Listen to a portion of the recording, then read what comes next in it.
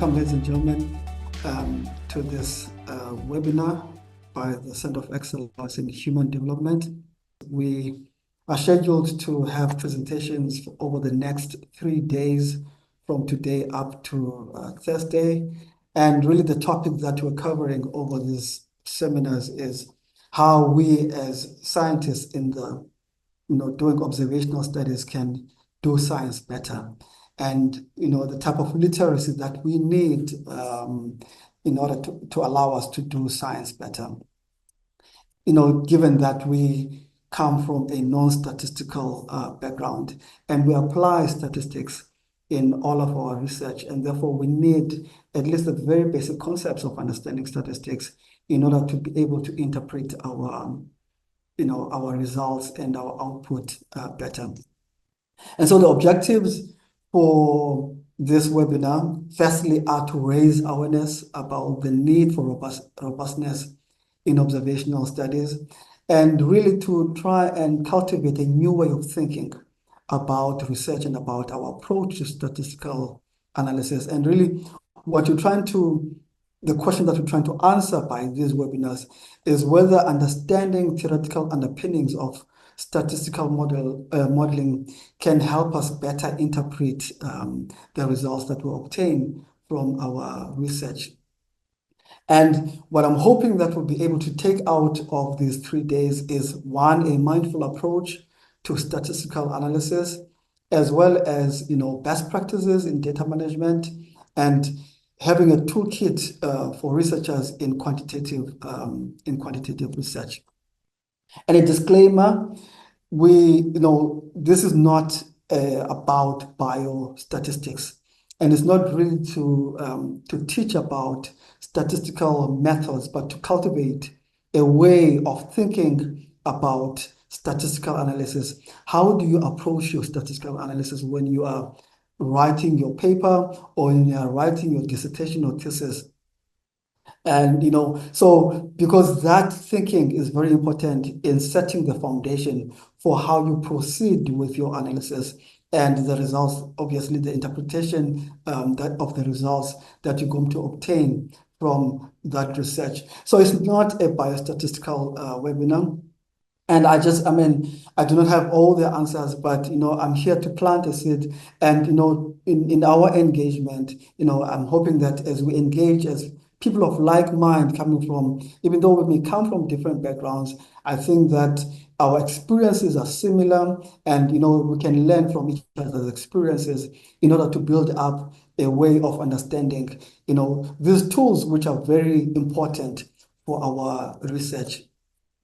So I thought I should first give a positional statement, because I think that my own background is very relevant to the discussion that we're having today, and the discussion that we're going to be having over the next 3 days. So I'm going to share a little bit about some of the things that have bothered me in my own journey as a student and as an early career researcher, in trying to understand as I was dealing with my own research and publications, and trying to understand the results that I was obtaining from the statistical analysis that I was performing.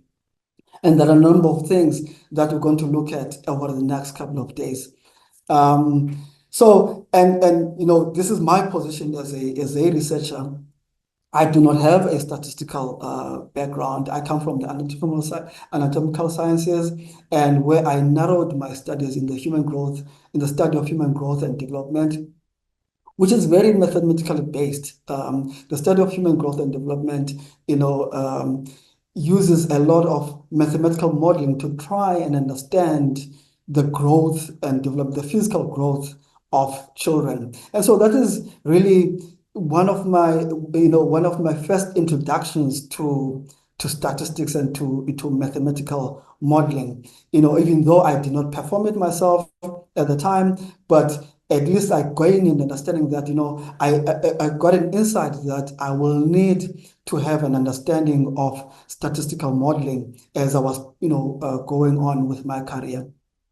I started, in terms of my career, in the neurosciences laboratory, but my interest was always in population research.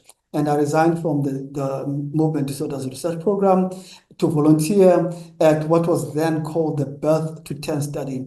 Many of you know it now as the Birth to 30 study, which is based at the Developmental Pathways for Health Research Unit. That is the data that I used for my own PhD. It was at the time called Birth to 20 Plus. So, I did my PhD to model the longitudinal growth of the cohort in terms of height, weight, and BMI from birth up to the age of 21. And during my time working in the study, it was then the Mineral Metabolism Research Unit. That is where I discovered my love for numbers, and I got involved in data management processes, and even getting involved in developing data management systems, which were very helpful for the study at the time. And I didn't realize that, I was setting the foundation for a career path that was, that I was going to follow. And as you can see, in terms of the projects that I've been involved in, this has become very essential. The training that I received there was become very essential as I've been involved in a number of global studies as a data manager, as well as a data analyst, including the IAA MIBCRS study, which we completed about 2 years ago, the Healthy Life Trajectories Initiative, which is still ongoing, the Birth 30 longitudinal study, as well as I've also doubled as a data analysis coach, both here at UWC, where I'm currently based, as well as West University when I was there. And speaking of in the context of what we're going to be talking about later, I'm going to be talking about the explosion in the amount of science that we're producing. I got a call late yesterday about a recognition that I'm going to be receiving from Springer Nature Adverts on this coming Thursday about, it has been one of the top contributors to the publisher over the past 18 months. So I do have a little bit of experience in this area, and I'm hoping that some of this experience, I'm hoping to share some of this experience, but I'm also hoping to learn from your own experiences so that, we can build some, form of curriculum for ourselves in terms of understanding of research and statistical analysis. So, but during my journey, I realized that there were some gaps in my understanding, and some of those gaps included both, within the field that I was operating in, which is the theoretical foundations of the field, and being in population studies, the sociological theories that apply to population studies in health, as well as just the study of research and the knowledge of research, but most importantly, which is going to be part of our discussion over the next 3 days, statistical theory that can help us to understand why we do what we do. All right, now in terms of the context for our presentation, there's an explosion in the number of publications, as you will see in the slide, in the next slide. And majority, one paper that I read said that the number of publications has doubled between. It mentioned a 10-year period, and that the number of publications had doubled. And in the Lancet, in a paper in the Lancet that I read, they mentioned that there were about 1 million publications that are being published each year. And in the medical research field, most of the studies are observational studies, which is the area in which I have been involved in. And by nature, observational studies have been characterized by poor reporting, which hampers the assessment, excuse me, and the assessment of the strengths and weaknesses of the study and its design and the generalizability of the results. As you can see here, there's this concept of called overpublishing. And, this is the time period that I was talking about, that the number of articles between 2016 and 2022 increased by 47%. And there's a lot of pressure on scientists like yourselves, like myself, to review publications. And that's a story for another day. We know, there's been a lot that has been said around, the contribution the free contribution that we make as scientists towards publishers, while they make, millions and millions of dollars, without any contribution. We pay for publishing in these houses, but at the same time, we contribute for free our intellectual property in reviewing studies. So there's been an increased pressure on scientists to review the increasing amount of publications in the field. And as you can imagine, with the rise in the number of publications, there's definitely a compromise in terms of the quality. So there's a trade-off, and that is part of what we need to be cautious about, and part of what we're trying to address with these webinars over the next few days. If you go to the research unit where I spent most of my time during my PhD years and my early years of my postdoc, there is a photo, right? There is a frame right above the door of the researcher's office. And this is a mantra in many laboratories, that you either publish or perish. And this is a pressure that we're put under as scientists, that we must churn out publications. And that also, has resulted in the huge amounts and enormous amounts of publications, and which, as I said earlier, can compromise the quality. Now, part of the challenges that we're experiencing in terms of the quality is these issues around replicability of studies, reproducibility of studies. This was published in Nature, and the statistic here is very scary. It says that half of cancer studies fail high-profile replication tests, and some of the hurdles which are highlighted are vague research protocols. All right, in terms of the planning of the studies, how much detail do we include in our research protocols? And that is for today's lecture. This is where we're going to be focusing on. That is what we're going to be focusing on, in terms of the planning of research studies. All right, and as I said here, only 46% of untainted replications confirmed the original findings. And part of the reasons, as you can see here, is that some of the original papers lacked data and details. So in our publications, do we give enough detail so that those who are following up or would like to replicate our studies, will they be able to do that? And some of the cultural shift that is being requested is that we need to pay attention to sample sizes.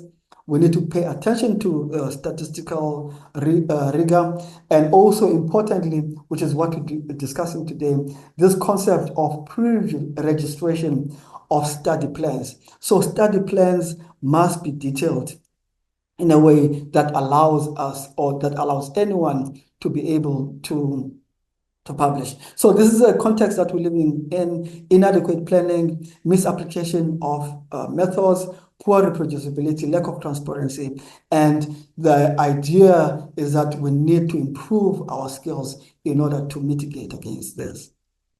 All right.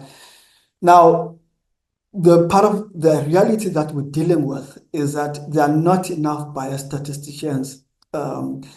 Firstly, generally, there was a paper, I think it was a news article in Business Insider, which said that there are not enough academic biostatisticians, but also even with the ones that you're dealing with, and this is by no means a criticism of biostatisticians. They play a very huge and very important role. But you have, a situation where you've got people who are very skilled in the understanding of statistics, but sometimes do not have a strong understanding of the theoretical underpinnings of the discipline in which we are working in. All right. And on the other side, we as the scientists who are working in that particular field, who may have the theoretical understanding, but we do not have the biostatistical skills, to analyze the data. So there is a need to find a balance. So given the fact, first of all, that there is not enough biostatisticians to go by, that means that we as a scientists, we need to develop some of those skills so that we can try and strike a balance between this lack of capacity in statistical knowledge as well as the theoretical knowledge. All right. And part of the challenge is, the accessibility of statistical literature. And I'm sure many of you, when you're trying to read your textbooks or when you're even trying to read, manuscripts with a lot of statistical detail, you get easily lost in the mathematical jargon and in the mathematical formulas.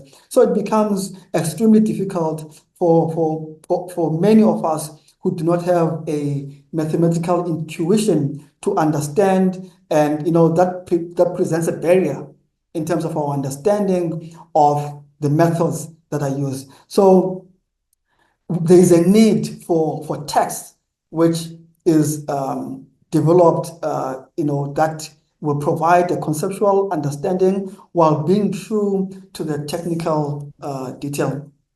So in essence, what we need is statistics for non-statisticians by non-statisticians. And that is, sort of a cultural shift and a campaign, for epistemic revolution for researchers to improve our understanding of statistical application. But not only to end there, but in terms of how we teach research students, we need to improve the way that we teach research students. So this is a campaign, and I'm hoping to cultivate this idea so that many of us who are who are undertaking research in the field of health, or in social sciences, and are using quantitative methods. We understand the field, but we may lack the statistical knowledge, and therefore we need to build more statistical knowledge from which is given by non-statisticians.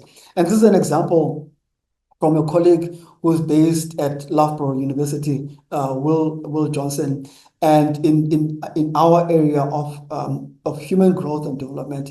He wrote this very interesting and nicely written toolkit, which provides the technical understanding, but for a human biologist provides a good conceptual understanding of the methods. And I've seen some of these also in the area of psychology, for people in that field, to help psychologists who do not have, some of the papers that I've been reading in preparation for this webinar series are written by psychologists themselves who are non-statisticians, and some of the people who have written books in statistics for those different disciplines are actually non-statisticians, but they have a good statistical knowledge to help us to build, statistical knowledge among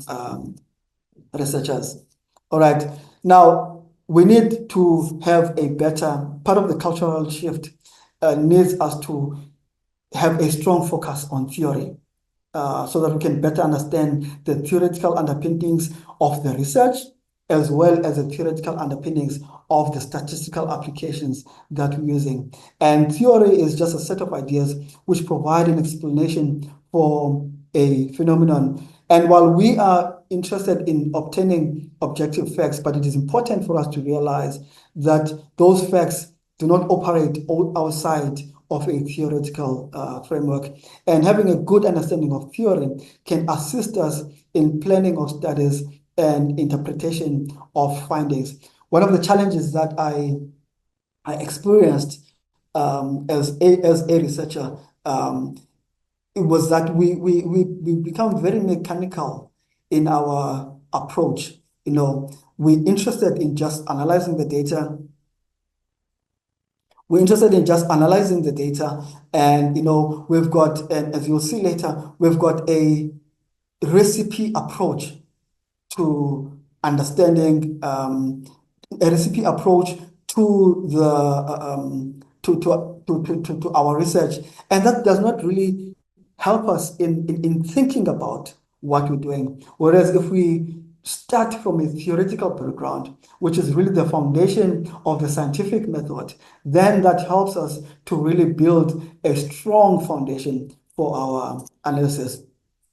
And as I said earlier, not only we don't only need to understand theory, which is specific to the discipline that we're operating in, but we also need to understand statistical theory. That is what we use to make to understand our data. And so it is very important that we understand the theoretical underpinnings of the analysis that we are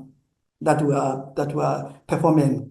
And what is statistical theory? It is the art of choosing a proper tool for a given problem, making full use of the available toolkit, not a single hammer. And I should have put quotation marks here because I'm quoting this from an article which is entitled "Mindless Statistics." And as I said earlier, we've always taken a cookbook or a recipe approach to statistics. And so we need to find a way of building statistical thinking that helps us to judge, to make good judgment of the methods that we are applying. And that is to help us to avoid this mindless application of scientists. And there's a quotation here which says that most of us scientists have little idea of what we are doing with our data and are simply repeating common malpractices passed down from generation to generation in labs around the world. Now, the interesting point that was made by the author of this article, from which I took this excerpt, he says that whenever he questions, when he's reviewing articles for journals, and he questions some of the statistical approaches that the writers or the authors of a publication undertook, they will always list a lot of publications that show where the same method was applied. And this is what he's talking about here, where he says that we're simply repeating common malpractices passed down from generation to generation, just because ABC et al. Did it. And I will write in my response or in my rebuttal that this is an acceptable method because ABC et al. Used the same method without really understanding whether that method is applicable or not.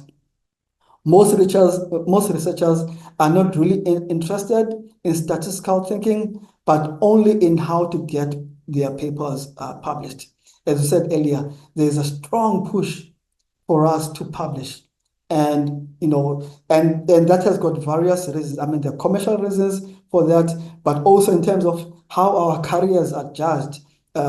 Career development is judged. It is based on the number of publications is also an important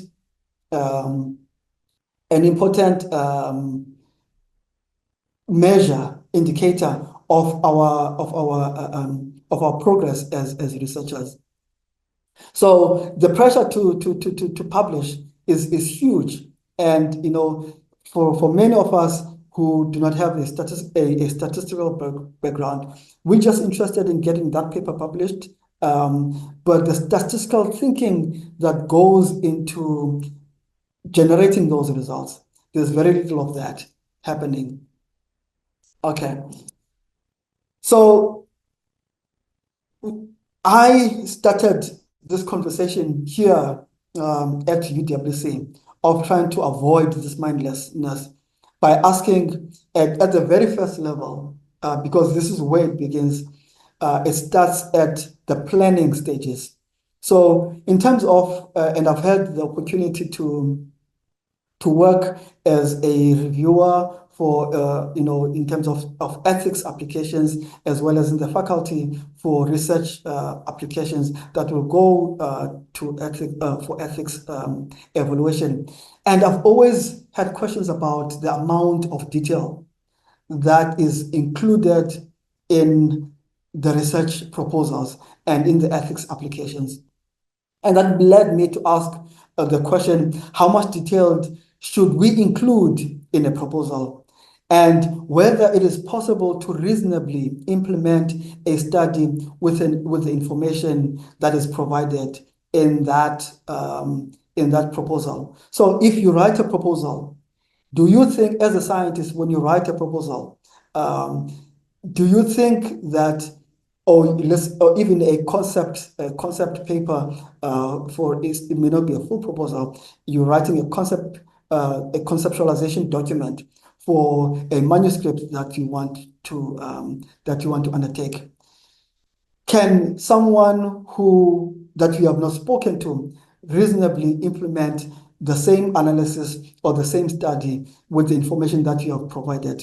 And this really is a call for us to add, adequate detail in the planning of studies, or in the proposals that we are writing. That is part of this process of adequate reporting and transparency. As I showed you earlier, protocols were part of the issue why reproducibility was a problem in the studies that were, and these were high, studies, which were, highly published articles, and yet they are not easily reproducible. Why? Because there is not enough detail in the proposal. And we'll see part of the detail that we require for proposals. All right. So the question that you should be able to ask yourself as you write,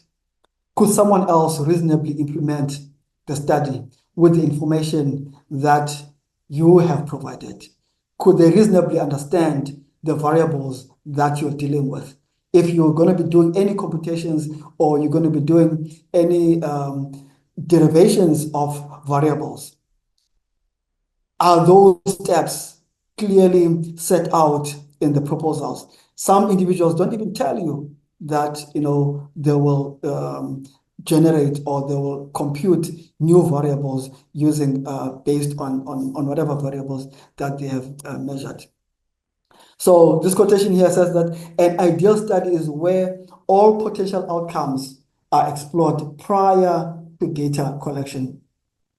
We need a clear sampling plan, a clear data collection plan, a statistical analysis, as well as the alpha level for statistical significance. These are things that need to be thought about prior to collecting data, or to even, some of us think about this when we have the data.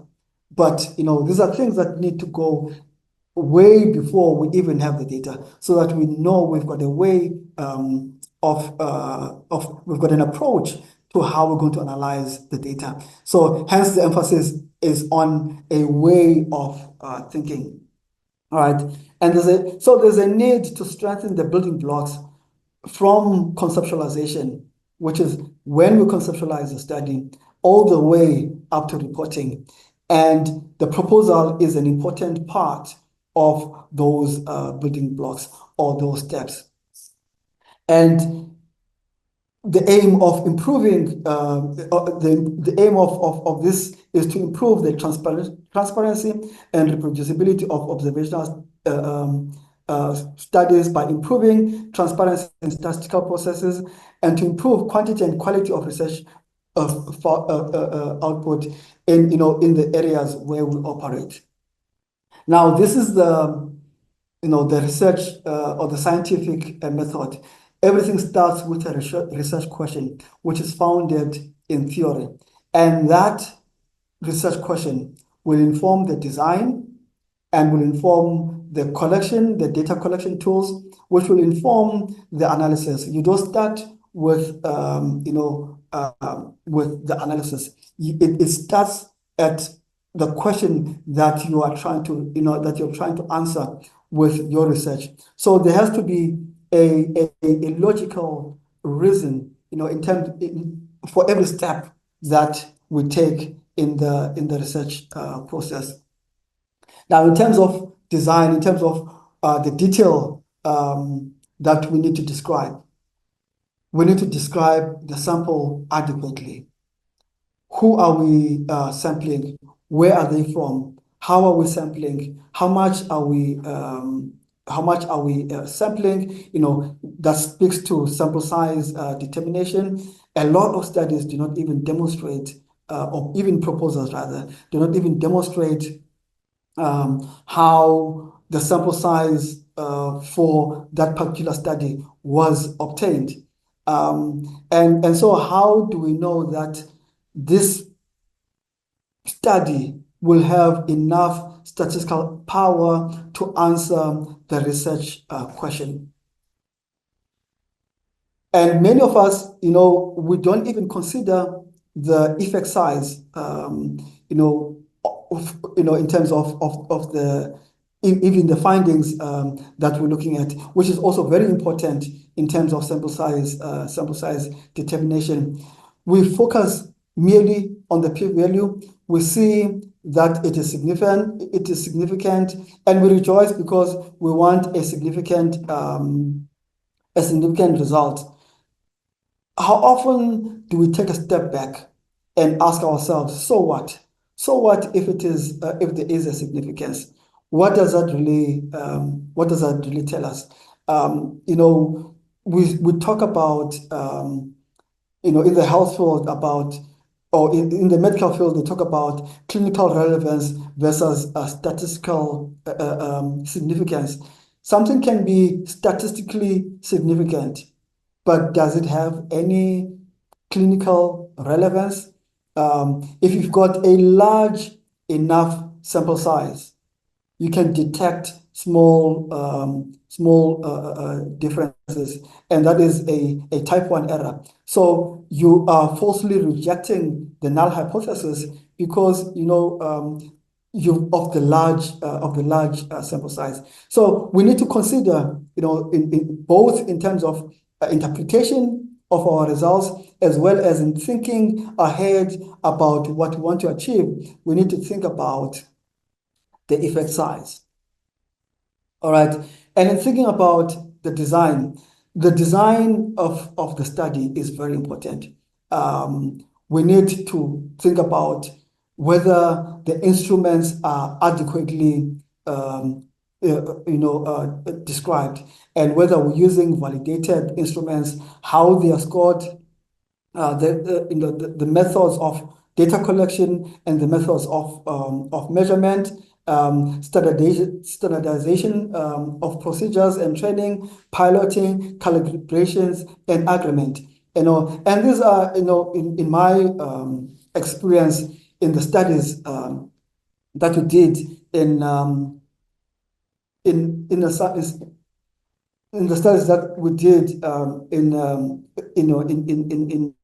human growth and development and in life course epidemiology. These are extremely important, and it is extremely important to have these upfront.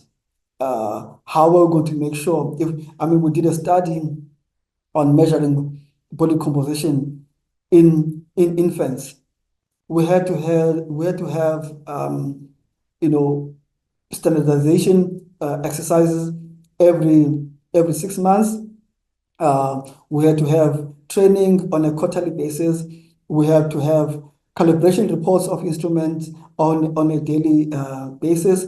And during those standardization exercises, we needed to measure agreement, and the measurements of agreement can be different from from field to field. In our context, we were using the technical error of measurement, and as well as the coefficient of variation. The technical error of measurement being the one that was reported mostly, which measures both the accuracy and the precision of our measurements. So there are things that you need to consider. And as I said earlier, are the variables adequately described?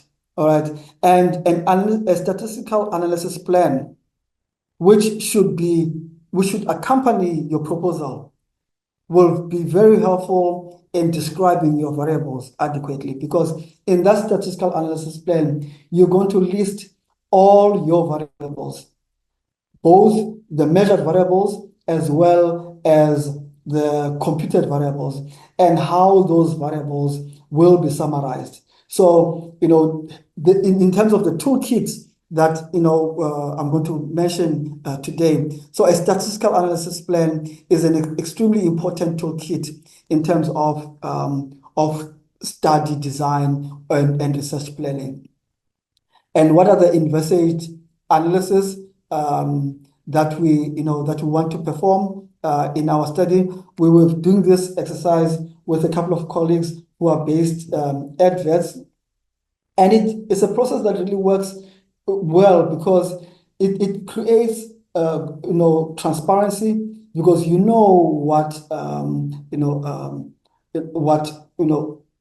what the intentions are upfront, right? It's not something that is ad hoc. It's not an ad hoc process, or it is not something that is based on what we see. We'll play with the data and see what results come up, and therefore decide based on that what we present.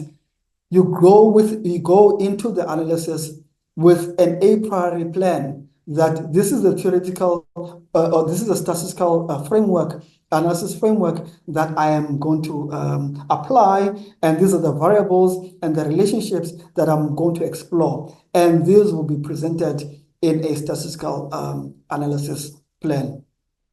Now, in terms of reporting, there are various instruments which which are available for different types of study designs that help us to improve our reporting. Since we're focusing on observational studies here, we've got these different statements. We've got the stroke statements, which is applicable to observational studies. We've got the tripod. We've got also the stat. But there are no clear guidelines for a statistical analysis plan, even though there are some which have been published. Whereas in clinical trials and systematic reviews, there are more clear guidelines for statistical analysis plan. So this is where we need to focus as researchers in observational studies. We need to find the instruments which are applicable to us, and we need to find reasonable statistical analysis plans that we can develop, that we can use to share our plans with our co-researchers. And so this is a toolkit, as I mentioned earlier, that helps us to improve reproducibility. It is a statistical analysis plan. It is a code book. It is an it is the analytical scripts. You'll be amazed how much time is wasted without a clear code book, and how many mistakes. I've had opportunity of working with other, some of the projects are not that big, it's less than 200 participants. But because, and some of them, especially if it's data that are collected in a longitudinal nature, if you don't have a clear code book which specifies data harmonization, which we're going to be talking about tomorrow, then the amount of wastage in terms of time and in terms of effort is huge, and we can simply by creating, clear code books, which we'll share with our co-researchers, but will also be available to the scientific community, in case someone needs to evaluate our studies. That should be clearly spelled out. Also, the analytical scripts, which is the syntax used for analysis, whether using SPSS or Stata or R or Python, you can create those scripts or those do files or those syntax files, which are very helpful in showing how the analysis was performed and how we got to the results that we are presenting in our study. All right. Now, what is a statistical analysis plan? It is a tool to help us as researchers to conceptualize and to execute the statistical analysis. It helps us to think about the analysis prior by engaging with the data, and it forces us to communicate our ideas with our co-authors, or as I said, with the scientific community. And this helps us to avoid this data-driven exercise as opposed to a theory-driven statistical exercise or data analysis exercise. In many cases, as I said earlier, we look to see what looks interesting in our results, and we base our analysis on that.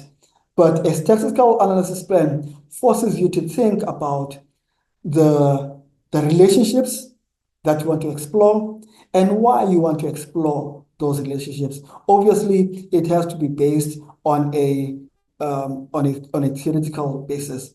All right. So that is something that is very important. All right. And what should a statistical analysis plan outline?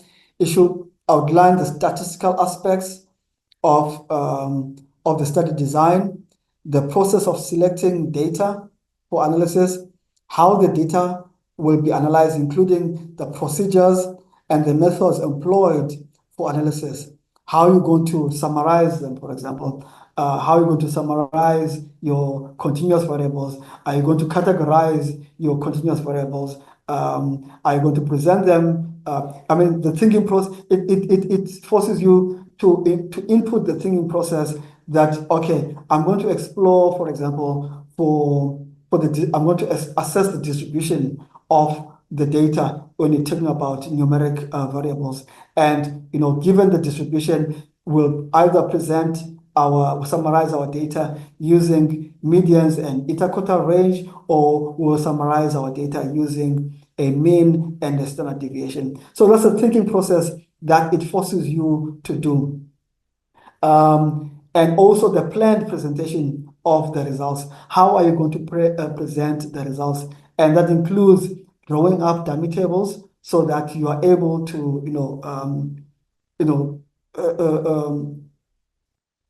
to decide upfront what important results will be presented in your research. And this is, the amount of time. We did an exercise quite recently with colleagues on one of the studies that I mentioned earlier, where we drew up the papers that are going to be written up, the objectives of each of those papers and what they're looking at.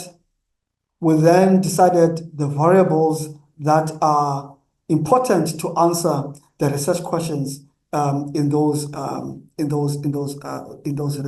manuscripts, or in those planned manuscripts. And over a period of 2 weeks, and this is just for 3 papers, literally working every single day and working overtime. So it's quite a process, it's quite a demanding process, and it depends also on the size of the study that you're dealing with. For these 3 papers that we're working on this particular study, it took us close to 2 weeks, 1 week and a couple of days. I think we completed on the Thursday, the following week, including working on a Sunday. And, and we really, spelled out drew out the variables and the summarization of those variables, or rather, the computations of those variables, and what is, and really the process of generating them, so that anybody who wants to evaluate what we did can see. And it's written, we are doing that in an R script, and it's all there and it is written. So it's a very important exercise. And so a basic analysis, a statistical analysis plan should contain some information about the study that you are pursuing, and that includes the title, the brief background of the study, as well as the rationale, the research question, and the research objectives, and as well as as I said earlier, the dummy tables and the analytical objectives. So this is a document. It can be a 2-3 page document that you're creating that helps you to draw out this plan. All right, and it should include sample size determination, a data management plan, variable and methods table, and a statistical framework. That is a diagrammatic representation of the associations.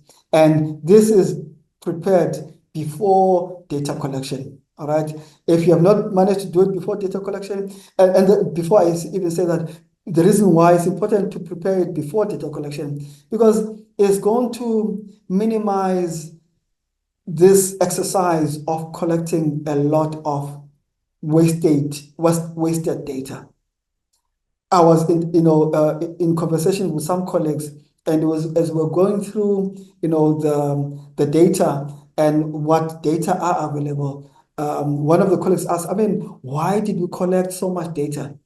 Why did we collect these variables? What are we going to use them for? And and those variables on that data, those data are already collected. And there was investment, a financial investment in collecting, in undertaking the study and in collecting those variables. And if really we're collecting data that we're not going to use, then what is the point? Well, I mentioned earlier, in the advert for this course, there is the description about this description for this advert for this webinar rather, is that there is about 90. I think the figure is 90% wastage in terms of the investment that is made into science, and this was specifically for biomedical research. And part of that wastage is this meaningless collection of data. So a statistical analysis plan, which is prepared prior to your data collection and which forms part of the protocol or the proposal of your study, will help avoid this meaningless data collection. But if it is not something that is done before the data collection, then it is important to do it before the analysis of the data. So you already have the data. How do you then approach the data analysis? And why does it matter? It prevents this fishing exercise. We distinguish pre-planned analysis from data-driven exercise. As I said earlier, you don't look at what's interesting and then decide what it is that you're going to present. And this is how we've defined fishing here. You look for significant results and then you present those. All right. You must be driven by the objectives. And excuse me. You must be driven by the objectives so that we produce meaningful papers. All right. So. And we know that part of what drives this, us trying to find significant results is this bias that exists in publications, in terms of publishing papers that show a significant result. all right? And so there is the external pressure that exists. And I think that is important, is incumbent upon us as a scientific community to resist that pressure. When we find, I was having a conversation with a colleague just this past weekend, and the colleague was talking about, what if we don't find, significant changes or significant differences between, this group, I'm not going to mention these groups that we are looking at in this particular study. And my response was that non-significant result is also significant because it tells us something about, potentially the population that we're doing our study on, or, God forbid, it tells us something about the processes that we undertook to, to collect the data that we collected. So, the pressure to publish significant results is huge. But as I said earlier, non-significant results are also very significant in the scientific knowledge. And again, so in presenting your your analysis plan, I encourage, obviously we develop research objectives for the study, whatever study that you undertake. But there are also analytical objectives which speak to the research objectives. So an analytical objective, for example, may be to summarize the population characteristics. So that's a descriptive table, all right? So that's objective number one in terms of the statistical analysis plan. I want to summarize the characteristics of the demographic characteristics of the sample. Number two is to summarize the clinical characteristics of the sample, looking at both the exposures as well as the outcomes. And objective number three is to see how the exposures are associated with the outcomes, all right? So those are the analytical objectives. And obviously, the aim of those is to operationalize the analysis plan, all right? And they are linked to your research objectives, all right? And it keeps an analysis plan keeps a clear record of what has been done. And it assists in speeding up response to reviews and improves reproducibility. There's nothing as frustrating when you get reviews, and I learned this the hard way with one of the projects that I was working on, one of the papers. It was a huge undertaking. We were doing a project, a multi-country study in 6 countries, including South Africa. And we were writing a fairly descriptive paper, and we submitted it to this particular journal. And, I did the analysis, I kept the script, but one of the challenges in terms of the script, and I was doing the analysis in R, and one of the challenges that one of the problems that I encountered was the fact that I did not organize my script properly. So a proper way of organizing a script is having, sections. For example, having your data management section, having your table section, and I will show you an example of this shortly. Show you your data analysis section in relation to a particular table.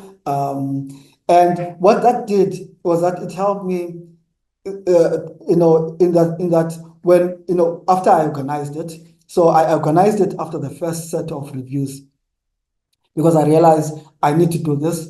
And I quickly arranged my script, both in terms of those different sections: data management, analysis for table 1, analysis for table 2, analysis for the graphs that were produced.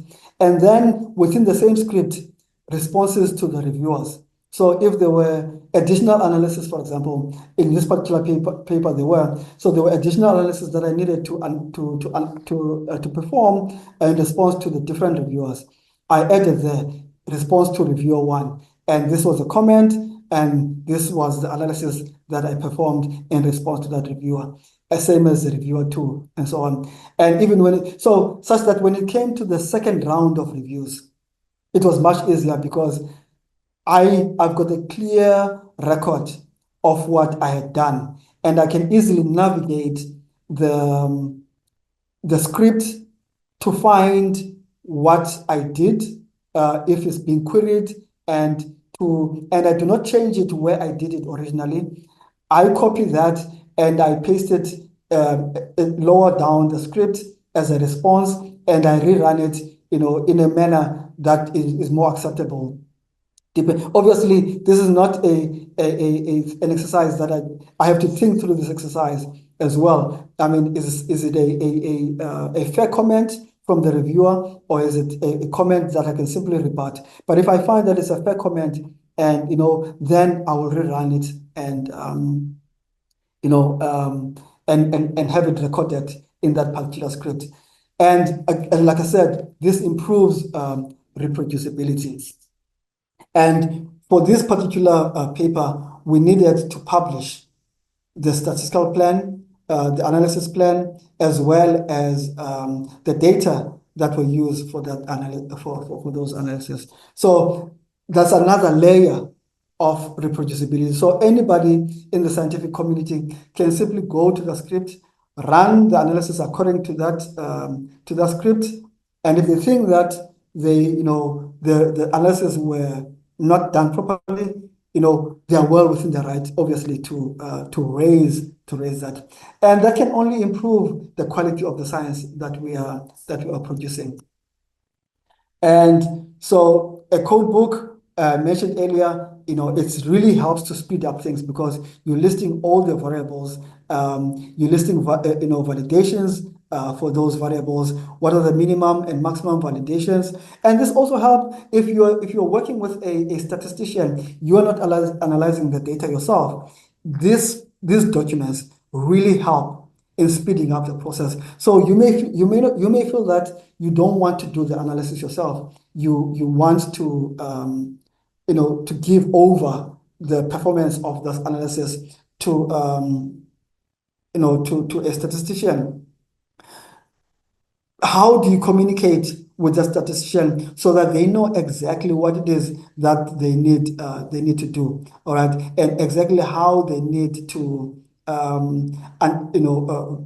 manipulate the data? It requires a good understanding of the data, and that good understanding of the data can only be informed by a clear code book. All right, so these are the, like I said, the analysis, these are the, so these are simple code books. These are different types of code books that, that you can have access to, but as the more as detailed as possible, a code book, that's what you need. And RedCap also is very useful. So if I don't think anyone should be collecting data anywhere else in this day and age. We should be using RedCap, and as part of what we've been trying to promote here, that we do all our data collection on RedCap. In the unit where I was based at Wits, we went completely paperless, and all our data was on RedCap. And this issue of validations now became extremely important, because if you capture data electronically, it is gone, and you move away from that particular individual. If you've captured wrong data, that opportunity is gone and you can't correct it.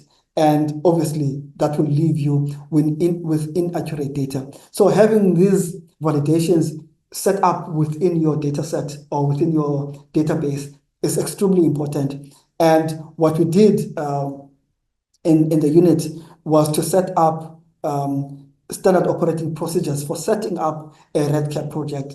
And that required, the researcher to sit with the data team, so that as we set up the project, the researcher is intimately involved in the process of developing that database.